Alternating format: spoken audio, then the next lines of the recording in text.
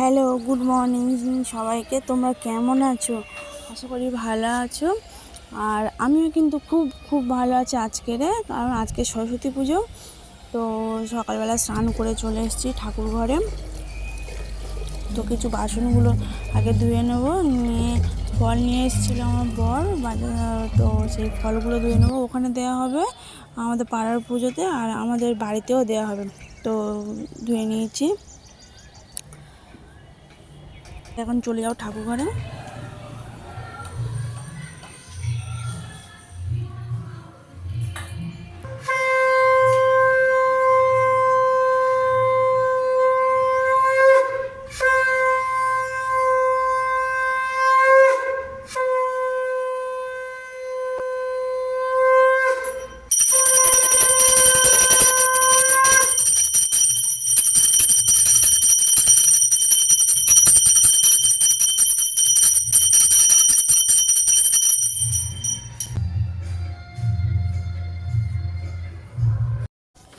তো ঠাকুরঘরে পুজো দিয়ে নিচে চলে এসেছি, আর সে রেডি হয়ে নিয়েছি।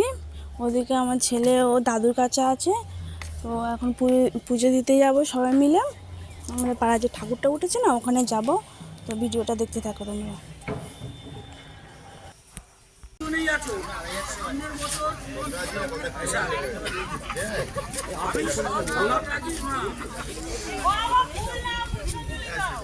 না ও পায়নি, ও পায়নি, সেটা ঠিক আছে, সেটা কথা নয়।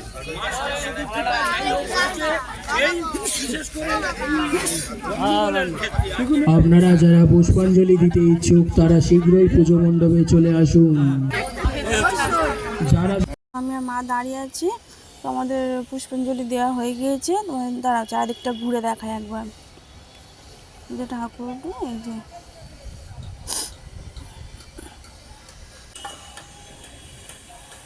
ঠাকুরের এখন চক্ষুদান হচ্ছে। ও আমাদের আগে পুজো হয়ে গিয়েছে, তারপরে চক্ষুদান হচ্ছে। আর এদিকে আমি দাঁড়িয়ে আছি।